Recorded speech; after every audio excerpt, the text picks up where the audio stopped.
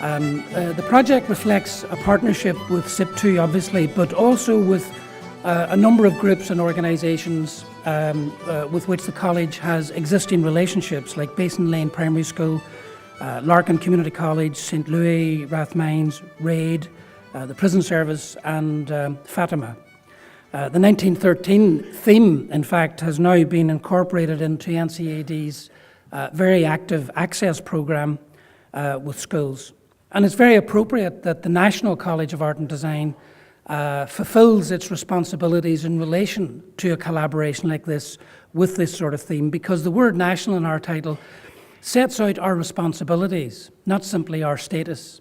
And that's, I think, a really important idea to bear in mind. As a publicly funded institution, we take that extremely seriously. And part of that responsibility is to reflect a really important moment in the development of this state in 1913, when the contradictions of the power structure were revealed and addressed, a power structure which rewarded capital over labour, and still does, and still requires constant vigilance and negotiation.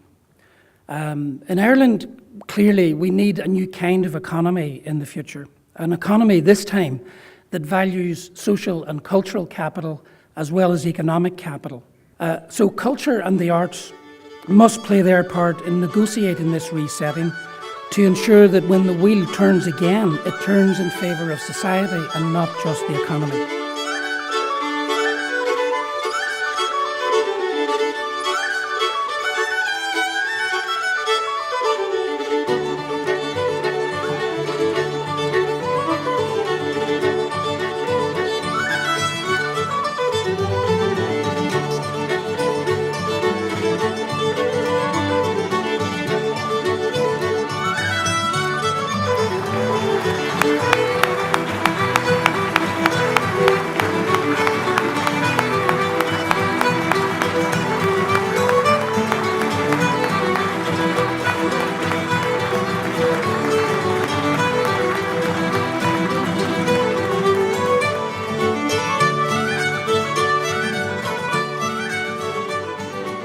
It is my great pleasure to invite the President of Ireland, Michael D Higgins, to address us.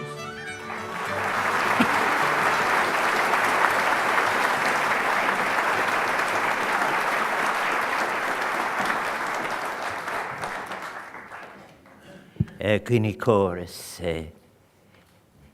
is fiw ro frochragus I hwyrcha gymai to anachas aram veliever ochoid co cilwrach son malum gymor sipto agasan in CAD asan coabruto. The tapestry that I'm associated with its launch is a work, a powerful statement of affinity with those women and men who suffered enormous hardship to fight for their rights and for fair treatment a century ago.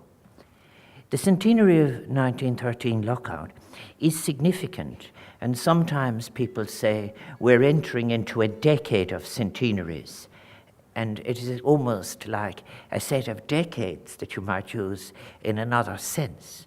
But I think that it is very important that each event get its proper treatment. So the centenary of the 1913 lockout, among the different centenaries that will be celebrated, I think is important.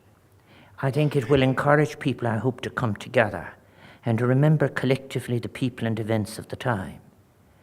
And community involvement and collective action are at the very heart of the events that SIP2 are commemorating with this tapestry. And it is through the power of collective action that the workers of the Irish Transport and General Workers Union sought to establish their right to organise and to secure a better deal for the ordinary workers of Dublin. And it is very fitting that it is through collaboration of work of hand and brain that they are being remembered in this magnificent work. We are now, of course, in our own difficult times again, with all our unfinished projects of equality and citizenship, nearly 100 years on from the 1913 lockout.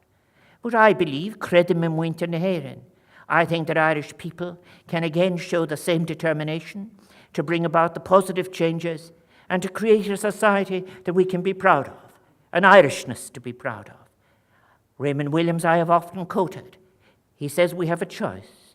We can passively remain the victims of history, stuck like a target, or we can actively create a whole new world by firing arrows through old myths and inevitabilities. It is always so important that we never forget the courage of people in initiating the demand for the right, and those who came together and celebrated the collective right that made it possible. The lockout reminds us that self-determination, sought in the name of a nationalism that did not include equality, may not only omit the transformation needed to ensure workers, women, and minority rights. It may indeed, as the story unfolded, tell us that there were those among such ranks who not only rejected such rights, but subjugated them to the pursuit of profit without obligations or any social responsibility. This tapestry, I hope, will be a great, great beginning to a very full and adequate debate on the events of 1913.